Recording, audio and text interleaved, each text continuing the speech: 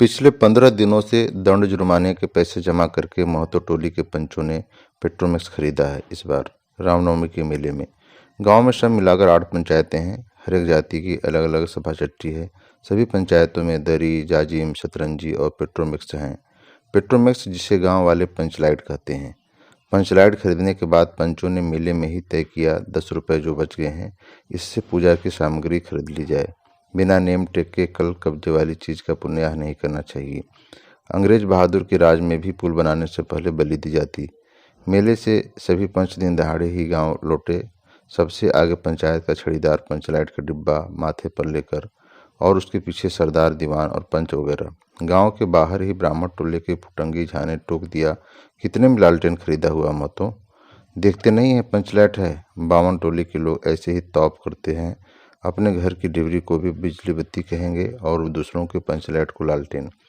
टोले भर के लोग जमा हो गए। औरत, मर्द, बूढ़े, बच्चे सभी कामकाज छोड़कर दौड़े आए। चल रे चल, अपना पंचलाइट आया है। पंचलाइट छड़ीदार अग्नु महतो रह रहकर लोगों को चेतावनी देने लगा। हाँ, दूर से, जरा दूर से, छूछा मत करो, ठेस न लगे।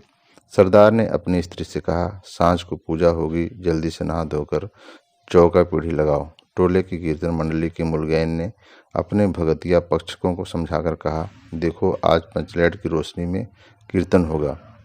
बेताले लोगों से पहले ही कह देता हूँ, आज यदि आखिर धरने में 1.5 बेड़ हुआ तो दूसरे दिन से एकदम बैकाट। औरतों की मंडली में गुलरी काकी गोसाई का गीत गुनगुनाने लगी। छोटे छोटे बच्चों ने उत्साह के मारे बेवजह शोरगुल मचाना शुरू किया। सूरज डूबने के 1 घंटा पहले से ही टोले भर के लोग सरदार के दरवाजे पर आकर जमा हो गए। पंचलाइट, पंचलाइट, पंचलाइट के सिवा और कोई गप नहीं, कोई दूसरी बात नहीं। सरदार ने गुड़गुड़ी पीते हुए कहा।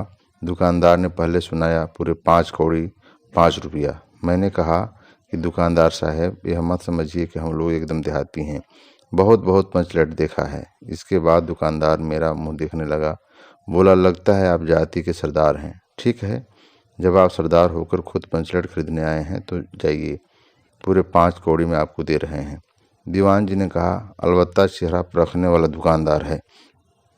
पंचलाइट का बक्सा दुकान का नौकर देना नहीं चाहता था। मैंने कहा, देखिए दुकानदार साहब, बिना बक्सा पंचलाइट कैसे ले जाएंगे? दुकानदार ने नौकर को डांटते हुए कहा, क्यों रे, दीवान जी की आंखों के आगे धुरखेल करता है, दे दो बक्स। टोले के लोगों ने अपने सरदार और दीवान को श्रद्धा भरी निगाहों से देखा। छड़ीदार ने औरतों की मंडली में सुनाया। रास्ते में सन्न सन्न बोलता था पंचलाइट, लेकिन ऐन मौके पर लेकिन लग गया। रुदल साहब बनिए की दुकान से 3 बोतल किरासन तेल आया और सवाल पैदा हुआ, पंचलाइट को जलाएगा कौन? यह बात पहले किसी के दिमाग में नहीं आई थी। पंचलाइट खरीदने के पहले किसी ने न सोचा, खरीदने के बाद भी नहीं। अब पूजा की सामग्री चौक पर सजी हुई है। कीर्तनिया लोग खोल ढोल करताल खोलकर बैठे हैं और पंचलाइट पड़ा हुआ है। गांव वालों ने आज तक कोई ऐसी चीज नहीं खरीदी जिसमें जलाने बुझाने का झंझट हो। कहावत है ना, भाई रे, गाय लूं तो दूहे कौन। लो मजा, अब इस कल कब्जे वाली चीज को कौन बाले।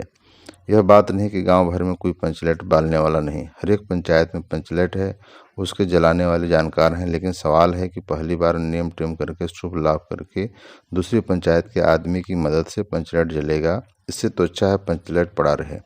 जिंदगी भर ताना कौन सा है, बात बात में दूसरे टोले के लोग कूट करेंगे। तुम लोगों का पंचलाइट पहली बार दूसरे के हाथ से, ना, पंचायत की इज्जत का सवाल है, दूसरे टोले के लोगों से मत कहिए। चारों ओर उदासी छा गई। अंधेरा बढ़ने लगा। किसी ने अपने घर में आज ढिबरी भी नहीं जलाई थी। आज पंचलाइट के सामने ढिबरी कौन बालता है? सबकी एक किराए पर पानी फिर रहा था। सरदार, दीवान और छड़ीदार के मुंह में बोली नहीं, पंचों के चेहरे उतर गए थे। किसी ने दबी हुई आवाज में कहा, कल कब्जे वाली चीज का नखरा बहुत बड़ा होता है। एक नौजवान ने आकर सूचना दी, राजपूत टोली के लोग हंसते हंसते पागल हो रहे हैं। कहते हैं, कान पकड़कर पंचलाइट के सामने 5 बार उठो बैठो, तुरंत जलने लगेगा। पंचों ने सुनकर मन ही मन कहा, भगवान ने हंसने का मौका दिया है, हंसेंगे नहीं। एक बूढ़े के आकर खबर दी, रुदल साहब बनिया भारी बतंगड़ आदमी है, वह कह रहा है पंचलाइट का पंपू जरा होशियारी से देना। गुलरी काकी की बेटी मुनरी के मुंह में बार बार एक बात आकर मन में लौट जाती है। वह कैसे बोले? वह जानती है कि गोधन पंचलाइट बालना जानता है, लेकिन गोधन का हुक्का पानी पंचायत से बंद है। मुनरी की मां ने पंचायत से फरियाद की थी कि गोधन रोज उसकी बेटी को लेकर सलम सलम वाला सलीमा का गीत गाता है। हम तुमसे मोहब्बत करके सलम। पंचों की निगाह पर गोधन बहुत दिनों से चढ़ा हुआ था। दूसरे गांव से आकर बसा है गोधन और अब टोले के पंचों को पान सुपारी खाने के लिए भी कुछ नहीं दिया। परवाह ही नहीं करता है। बस पंचों को मौका मिला 10 रुपया जुर्माना, न देने से हुक्का पानी बंद। आज तक गोधन पंचायत से बाहर है। उससे कैसे कहा जाए? मुनरी उसका नाम कैसे ले? और उधर जाति का पानी उतर रहा है। मुनरी ने चालाकी से अपनी सहेली कनेली के कान में बात डाल दी। कनेली चिगोचिद चिन। कनेली मुस्कुराकर रह गई। गोधन तो बंद है। मुनरी बोली, तू कह तो सरदार से। गोधन जानता है पंचलेट बालना। कनेली बोली, कौन? गोधन जानता है बालना? लेकिन सरदार ने दीवान की ओर देखा और दीवान ने पंचों की ओर। पंचों ने एक मत होकर हुक्का पानी बंद किया है। सलीमा का गीत गाकर आंख का इशारा मारने वाले गोधन से गांव भर के लोग नाराज थे। सरदार ने कहा, जाति की बंदिश क्या, जबकि जाति की इज्जत ही पानी में बही जा रही है। क्यों जी दीवान? दीवान ने कहा, ठीक है। पंचों ने भी एक स्वर में कहा, ठीक है, गोधन को खोल दिया जाए। सरदार ने छड़ीदार को भेजा। छड़ीदार वापस आकर बोला, गोधन आने को राजी नहीं हो रहा है। कहता है पंचों की क्या प्रतीत है, कोई कल कब्जा बिगड़ गया तो मुझे दंड जुर्माना भरना पड़ेगा। छड़ीदार ने रोनी सूरत बनाकर कहा, किसी तरह गोधन को राजी करवाइए, नहीं तो कल से गांव में मुंह दिखाना मुश्किल हो जाएगा। गुलरी काकी बोली, जरा मैं देखूं कह के। गुलरी काकी उठकर गोधन के झोपड़े की ओर गई और गोधन को मना लाई। सभी के चेहरे पर नई आशा की रोशनी चमकी। गोधन चुपचाप पंचलेट में तेल भरने लगा। सरदार की स्त्री ने पूजा की सामग्री के पास चक्कर काटते हुए बिल्ली को भगाया। कीर्तन मंडली का मुलगैन मूर्छल के बालों को संवारने लगा। गोधन ने पूछा, स्पिरिट कहाँ है? बिना स्पिरिट के कैसे जलेगा? लो मजा। अब यह दूसरा बखेड़ा खड़ा हुआ। सभी ने मन ही मन सरदार, दीवान और पंचों की बुद्धि पर अविश्वास प्रकट किया। बिन बूझे समझे काम करते हैं ये लोग।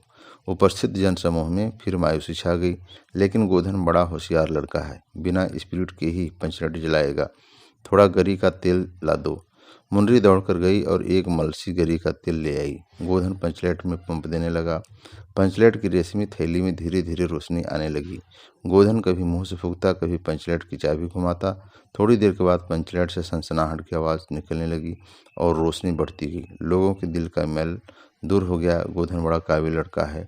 अंत में पंचलाइट की रोशनी से सारी टोली जगमगा उठी। तो कीर्तनिया लोगों ने एक स्वर में महावीर स्वामी की जय ध्वनि के साथ कीर्तन शुरू कर दिया। पंचलाइट की रोशनी में सभी के मुस्कुराते हुए चेहरा स्पष्ट हो गए। गोधन ने सबका दिल जीत लिया। मुनरी ने हसरत भरी निगाह से गोधन की ओर देखा। आंखें चार हुईं और आंखों ही आंखों में बातें हुईं। कहा, सुना, माफ करना, मेरा क्या कसूर। सरदार ने गोधन को बहुत प्यार से पास बुलाकर कहा, तुमने जाति की इज्जत रखी है, तुम्हारा साथ खुद माफ। खूब गाओ सलीमा का गाना। गुलरी काकी बोली, आज रात मेरे घर में खाना। गोधन ने फिर एक बार मुनरी को देखा। मुनरी की पलकें झुक गईं। कीर्तनिया लोगों ने एक कीर्तन समाप्त कर जय ध्वनि की जय हो। पंचलेट के प्रकाश में पेड़ पौधों का पत्ता पत्ता पुलकित हो रहा था। दोस्तों, ये कहानी आपको कैसी लगी आप कमेंट करके अवश्य बताएं। मुझे उम्मीद है कि ये कहानी आपको अच्छी लगी होगी। अगर अच्छी लगी तो अवश्य लाइक और शेयर करें। मैं ऐसी ही कहानियाँ लाता रहूँगा, इसलिए SP हिंदी स्टोरीज को सब्सक्राइब अवश्य करें और अपने दोस्तों को भी सब्सक्राइब करने के लिए कहें। धन्यवाद, थैंक यू, सादर आभार।